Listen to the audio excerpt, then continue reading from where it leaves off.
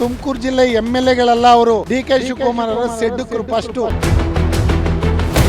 JCP ಏನಾದ್ರೂ ಅಲ್ಲಿ ಕಾಲಿಟ್ರೆ ಮತ್ತೆ ತುಮಕೂರು ಜಿಲ್ಲೆನಲ್ಲಿ ನಡೆಯದೇ ಬೇರೆ. ನೀವು ಜಿಲ್ಲಾ ಉಸ್ತುವಾರಿ ಮಂತ್ರಿಗಳಿದ್ದೀರಿ, ಮುಂದೆ CM ಆಗೋಂತವ್ರು ನೀವು. ಯಾಕೆ ನಿಮ್ಗೆ ತಾಕತ್ ಬರ್ತಾ ಇಲ್ಲ ಈ ಸರ್ಕಾರದಲ್ಲಿ ಮಾತಾಡ್ಲಿಕ್ಕೆ?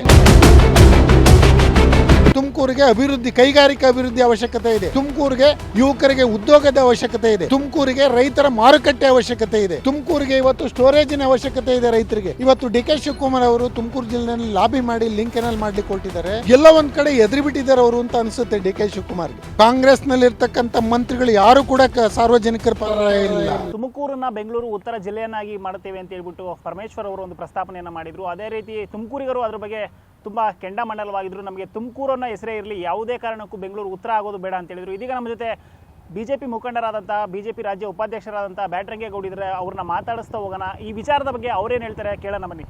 ಸರ್, ಈಗ ತುಮಕೂರನ್ನ ಎಲ್ಲ ಒಂದು ಕಡೆ ಬೆಂಗಳೂರು ಉತ್ತರ ಮಾಡ್ತೀವಿ ಅಂತ ಹೇಳ್ತಾ ಇದ್ರು. ಈ ತುಮಕೂರಿಗೆ ಒಂದು ಬೆಲೆ ಇಲ್ವಾ ಹೆಸರಿಗೆ? ಯಾರು ಹೇಳ್ತಾ ಇರೋದು ಇದನ್ನ? G ಪರಮೇಶ್ವರ್ ಅವರು ಹೇಳ್ತಾರೆ ಸರ್, ನಾವು ತುಮಕೂರನ್ನ ಬೆಂಗಳೂರು ಉತ್ತರ ಜಿಲ್ಲೆಯನ್ನಾಗಿ ಮಾಡ್ತೀವಿ ಅಂತ.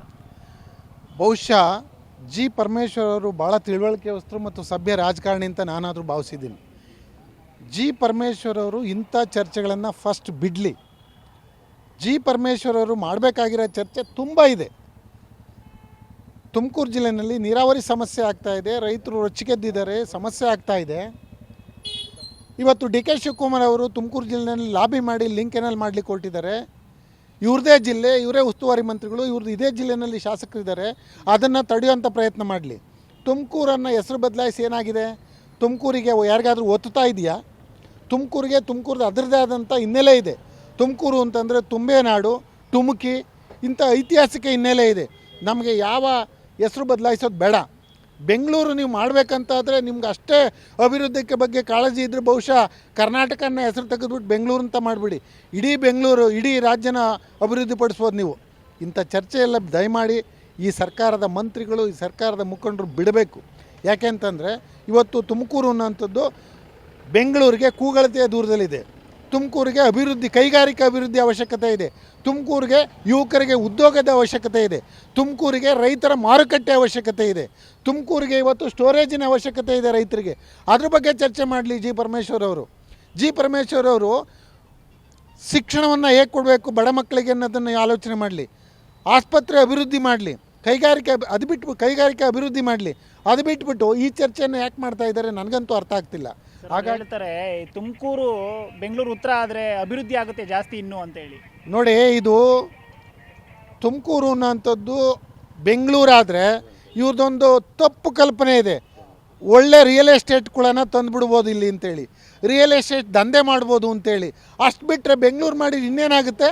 ಇಡೀ ತುಮಕೂರು ಜಿಲ್ಲೆಗೆಲ್ಲ ಚಿನ್ನದ ಲೇಪನ ಮಾಡ್ತಾರಾ ಬೆಂಗಳೂರು ಉತ್ತರ ಮಾಡಿದ್ರೆ? ಅದೆಲ್ಲ ಅನಾವಶ್ಯಕ ಚರ್ಚೆ. ಇವತ್ತು ಈ ಸರ್ಕಾರಕ್ಕೆ ಒಂದು ವಿಷನ್ ಇಲ್ಲ. ಈ ಸರ್ಕಾರಕ್ಕೆ ರೈತರ ಬಗ್ಗೆ ಕಾಳಜಿ ಇಲ್ಲ. ಈ ಸರ್ಕಾರಕ್ಕೆ ಯುವಕರ ಬಗ್ಗೆ ಕಾಳಜಿ ಇಲ್ಲ.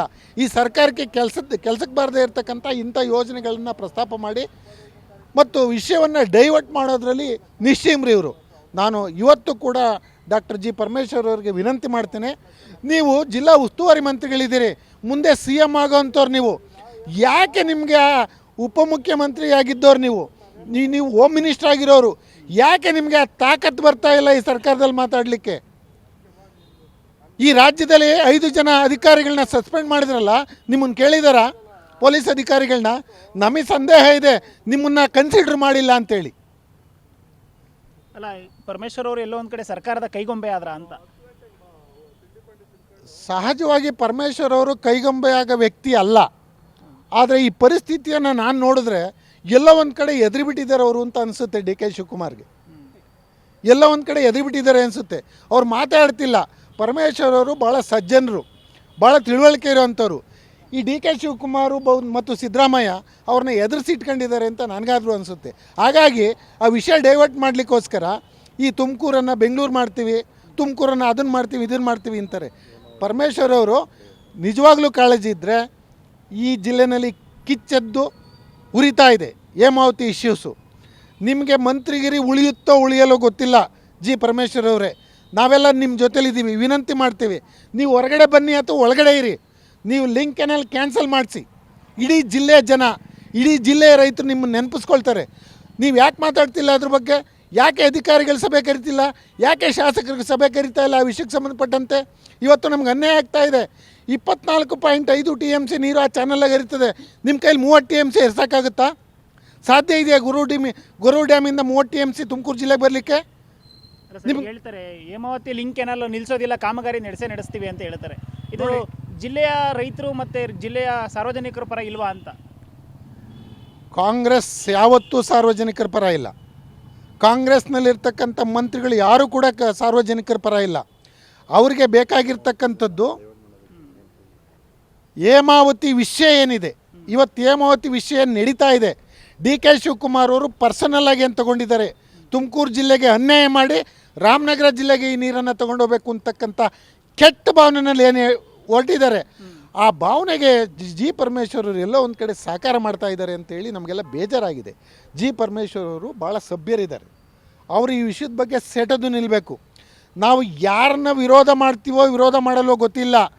JCP ಏನಾದರೂ ಅಲ್ಲಿ ಕಾಲಿಟ್ಟರೆ ಮತ್ತೆ ತುಮಕೂರು ಜಿಲ್ಲೆಯಲ್ಲಿ ನಡೆಯೋದೇ ಬೇರೆ. ಹೇಮಾವತಿ ಲಿಂಕ್ ಕೆನಾಲ್ ಆಗಲಿಕ್ಕೆ ತುಮಕೂರು ಜಿಲ್ಲೆಯ ರೈತರು ಬಿಡೋದಿಲ್ಲ. ಪಕ್ಷಾತೀತವಾಗಿ ಜನಗಳ ರಸ್ತೆಗೆ ಬರ್ತೀವಿ, ನಾವು ಹೋರಾಟ ಮಾಡ್ತೀವಿ. 24.5 TMC ನೀರು, ಅದು ತುಮಕೂರು ಜಿಲ್ಲೆ ನೀರು. ಇವರು ಮಾಗಡಿಗೆ 0.7 TMC ನೀರನ್ನ ಪ್ರಾವಿಷನ್ ಮಾಡಲಿಕ್ಕೆ ಹೇಳಿದವರು ಯಾರು? ಇವರು ಸರ್ಕಾರ ಇದೆ ಅಂತೇಳಿ 2022ರಲ್ಲಿ 0.7 TMC ನೀರನ್ನು ಇದು ರಾಮನಗರಕ್ಕೆ ಮಾಗಡಿಗೆ ಪ್ರಾವಿಷನ್ ಮಾಡ್ಕೊಂಡ್ರೆ ರಂಗನಾಥ್ಗೆ ಅಷ್ಟು ಕಾಮನ್ ಸೆನ್ಸ್ ಇಲ್ವಾ? ಯಾರು ನೀರು ತೊಗೊಂಡು ಹೋಗ್ತಿದ್ದಾರೆ ಅಂತೇಳಿ?